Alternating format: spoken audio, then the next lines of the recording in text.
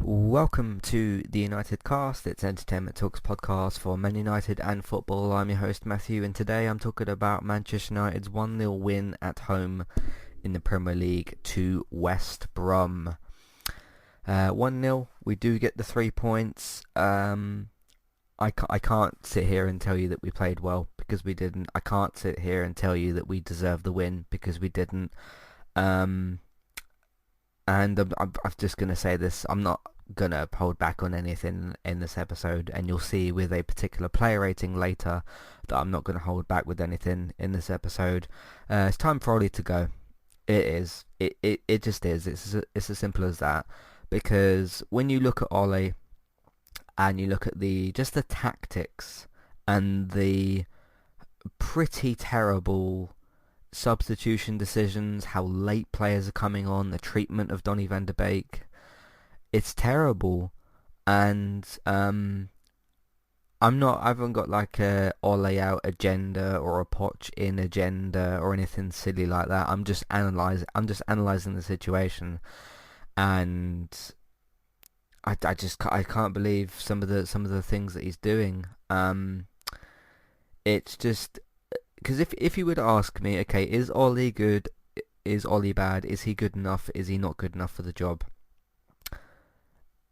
He is good enough at certain points and not good enough at other points. So as a result, he is inconsistent, which means that as a result, he is not good enough because inconsistency for a club like Manchester United is not good enough. That's my simplest way to answer that. So is he good enough, or is he good enough to be the manager? No, if you're inconsistent, you're not good enough to be the manager. And he's been the manager for season and a half, 2 seasons roughly. It's just not good enough, and you've got to look at the situation and sort of see that. Now, a lot of people have kind of wondered about Donny van de Beek and the situation there, and about does Ollie want Donny van de Beek at the club? Did he want him there? Was he one of his transfer targets? I think you've got to ignore that and look at the situation in terms of is Donny van de Beek, good enough to play for Manchester United? Yes, he was good in the very little time that he had in this game. Made a couple of good passes and just looks like he knows what he's doing. But the general performance today, not good enough. I mean, you look at the situation, right? Okay, 1-0, yes, we got the 3 points. Bruno Fernandes penalty, the goalkeeper jumps off his line, quite stupidly jumps off his line. He was very clearly off his line. Bruno scores the second attempt at penalty. If the West Brom player, I don't know who did the handball because I wasn't really watching West Brom's players. Apart from Ivanovic, it was interesting to see him there. I didn't know that Ivanovic was at West Brom. If that West Brom player doesn't handball that cross and he blocks it properly, or the ball goes past him and we don't score or whatever, simply put, if we don't get the penalty in this game, we don't win this game.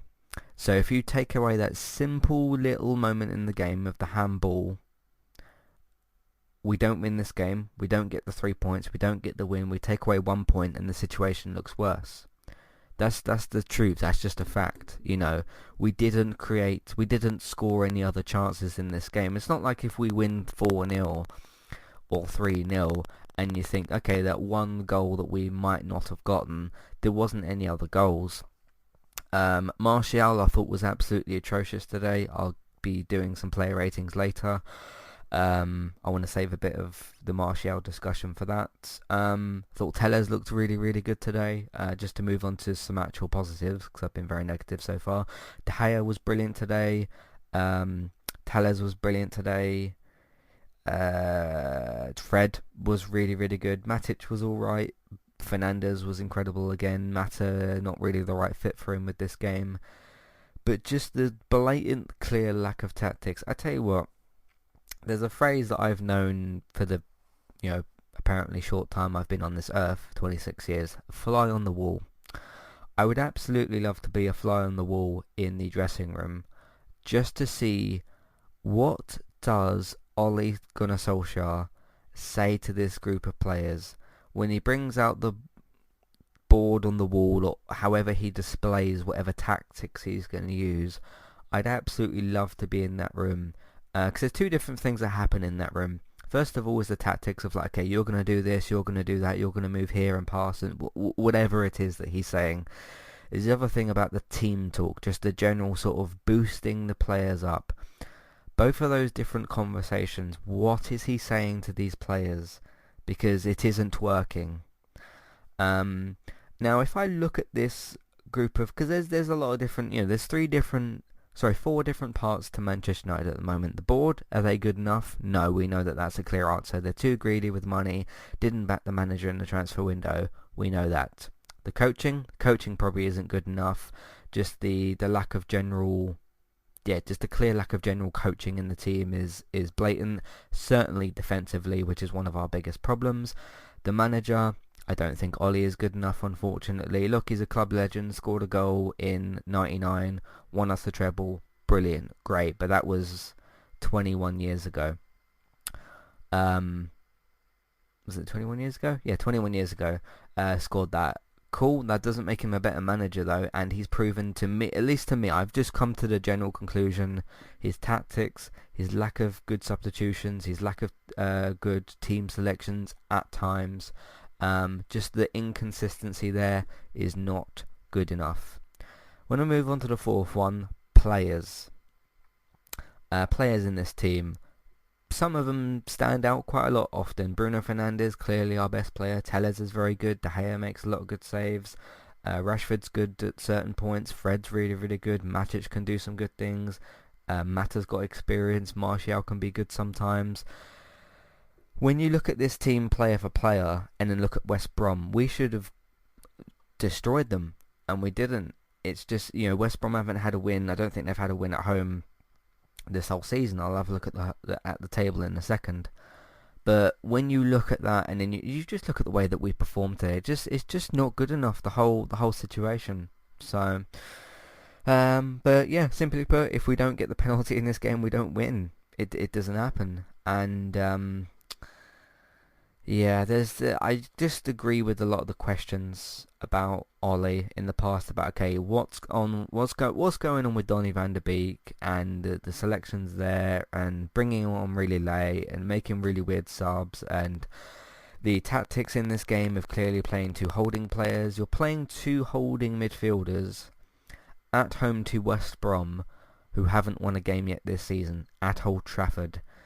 That's not just poor, that's particularly embarrassing, I think. So, yeah, I don't know what else to say necessarily. Yeah, I don't know what else to say necessarily. That's just my quick little 8-minute sort of thoughts on the game.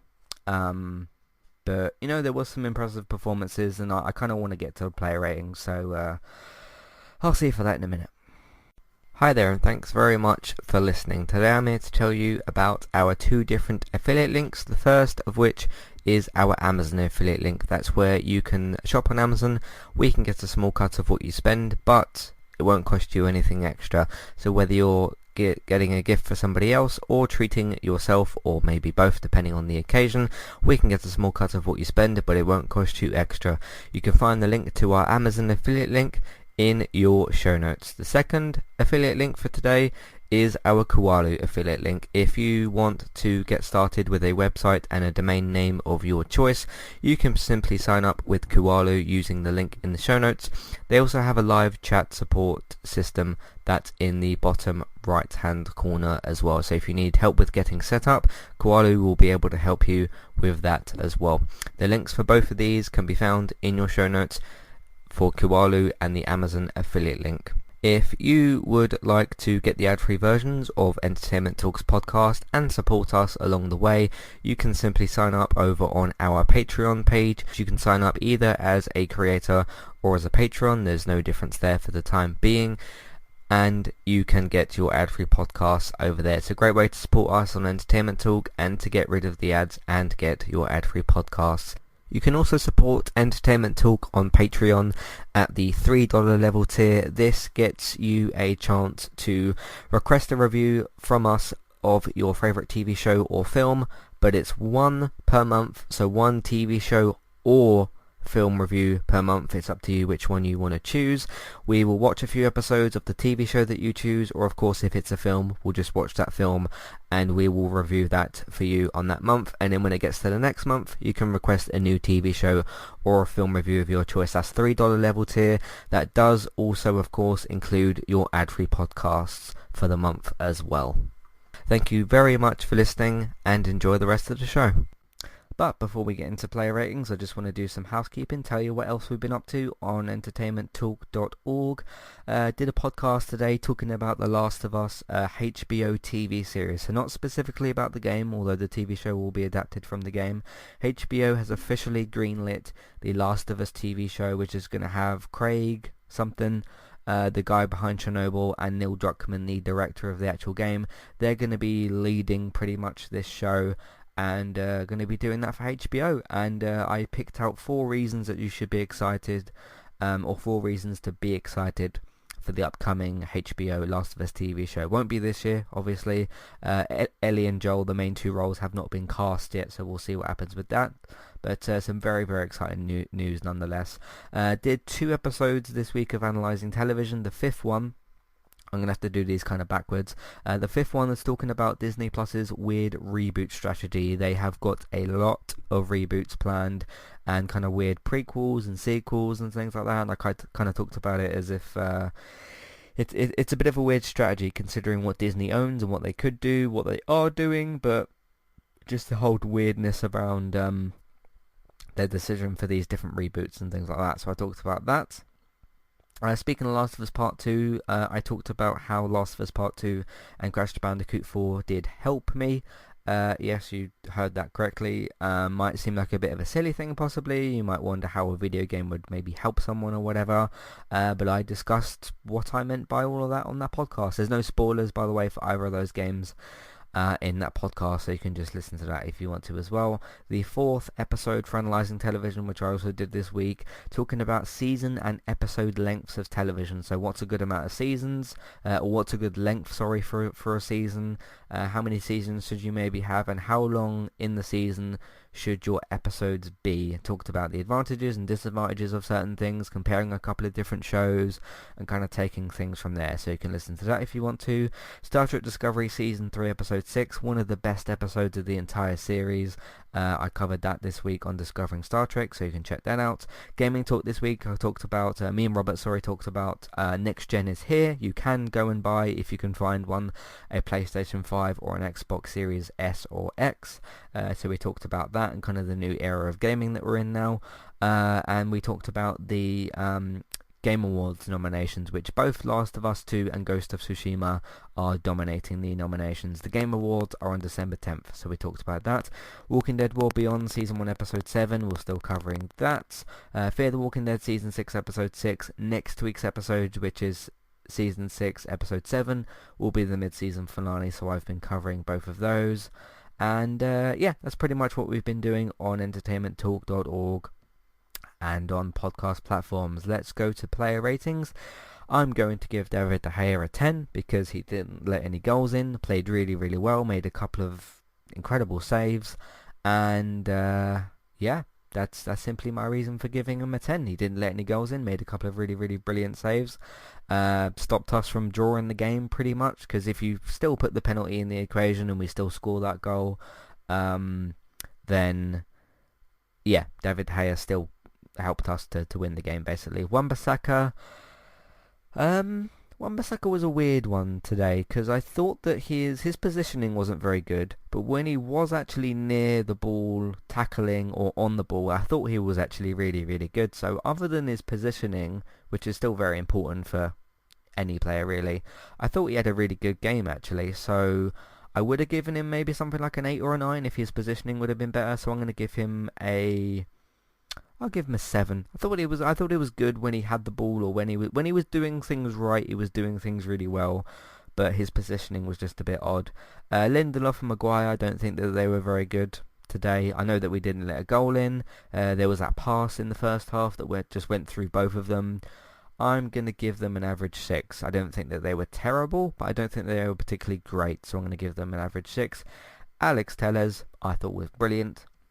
got forward really, really well, showed a lot of intent, a lot of energy, a lot of really good passing, and just really impressed me. I'm going to give him a 9. I thought he was brilliant, and I look forward to seeing more of him. Matic, I thought Matic had a average game today. A couple of good passes, lost the ball, looked a little bit slow, that sort of thing. That one of those sorts of games. So I'm going to give him a 6.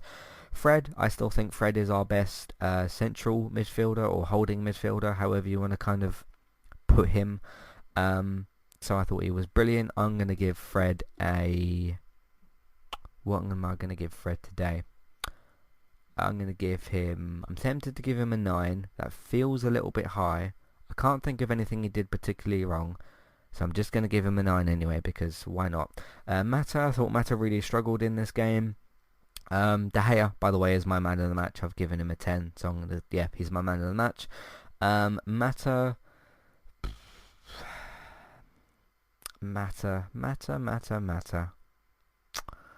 Defensively, not very good.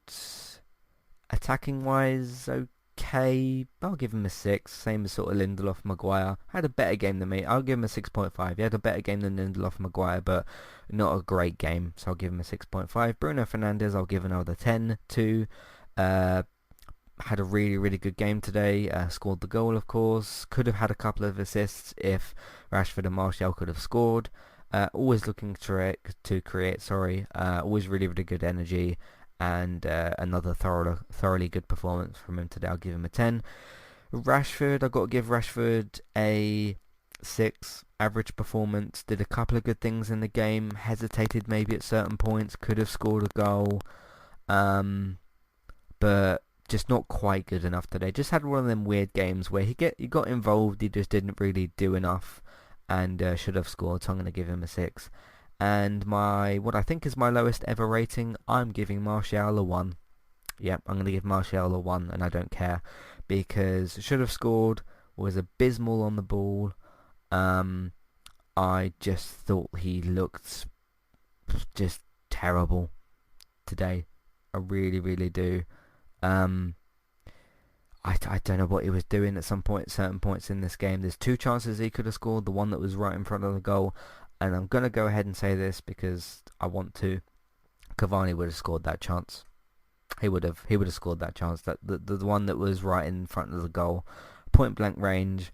When you're Manchester United's number 9 and you're a striker, you've got to put those chances away. And hey, Rashford should have scored his chance as well. I thought Rashford had a better game than Martial, but they both should have scored. So I'm not going to dismiss that. But I don't know, he looked completely off the pace today, Martial, and I just think he needs to be maybe taken out of the team and rested, and I'd love to see Cavani be given 90 minutes. I don't think I've given a player a run before. I think I've given maybe a 3 or a 4, probably for that Tottenham game this season, for the defence, but I just thought he was completely atrocious today, Martial. I really, really do. I can't give him a higher score than that because... Well, I'm assuming you want me to be honest, and that's me being honest. I wanted him to come off in by the end of the first half. I thought that Cavani should have been given a chance from there. So I just thought he was so bad today. I'm almost a bit sort of like, when you expect a bit more from a player who's Martial's a very good player. He's a very, very good player. He's not a clinical striker. He's not. He really, really isn't. But when you just expect a bit more from a player, just in terms of their general performance, and they completely just do the opposite, it's one of them, and I'm a bit shocked by how bad he was today. So, moving on to the subs, because they did get fairly involved. McTominay, I'll give him an average score, wasn't on for too long, did a couple of good things here and there, nothing too much to judge. I thought Cavani was particularly unlucky. He did not have a clear-cut chance in this game, and there was a certain point in this match, and I've spoken about this in Cavani's previous appearances. There was one point where Martial was clearly the number 9 and Cavani was on the left wing.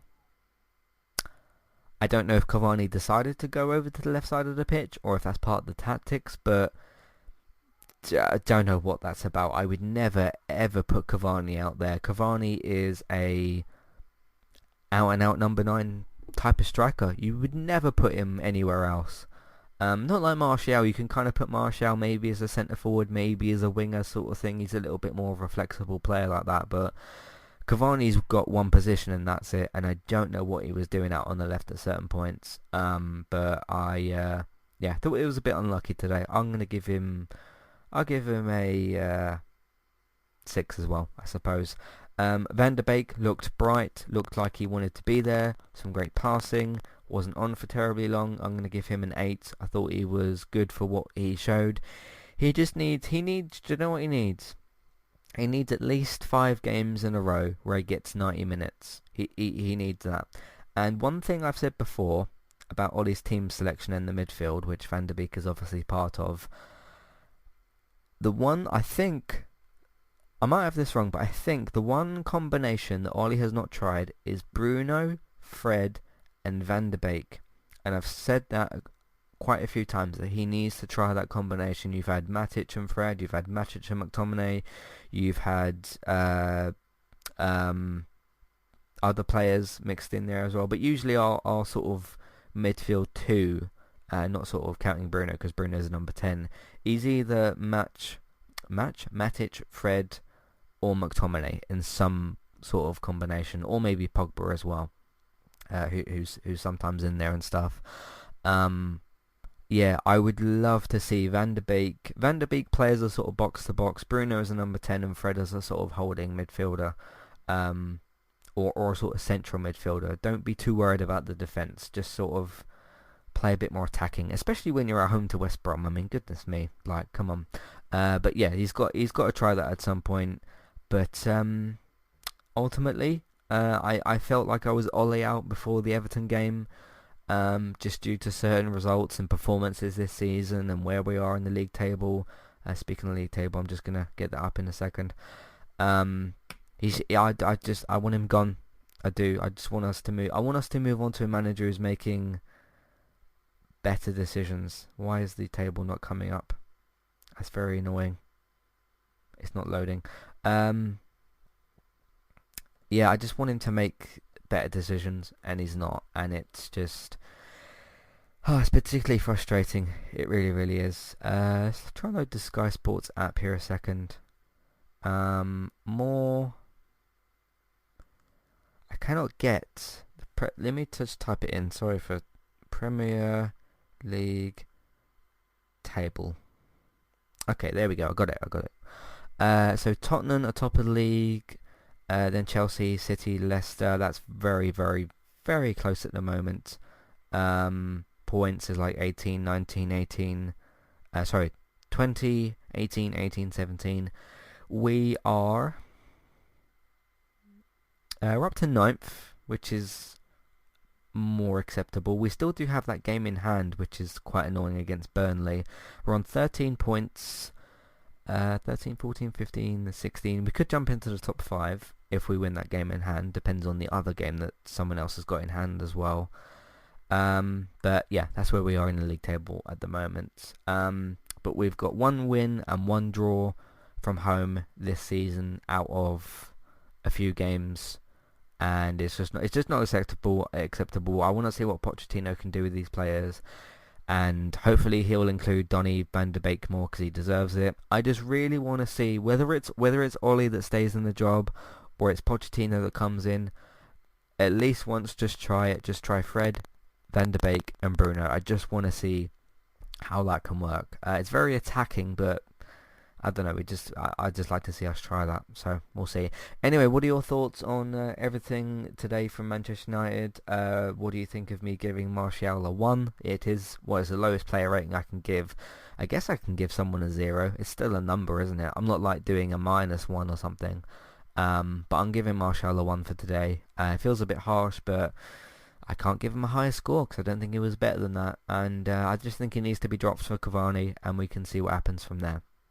So we'll see. But let me know your thoughts on Manchester United, today's game. Are you Ollie in, Ollie out? Do you want Poch to come in? Do you think Ollie deserves more of a chance?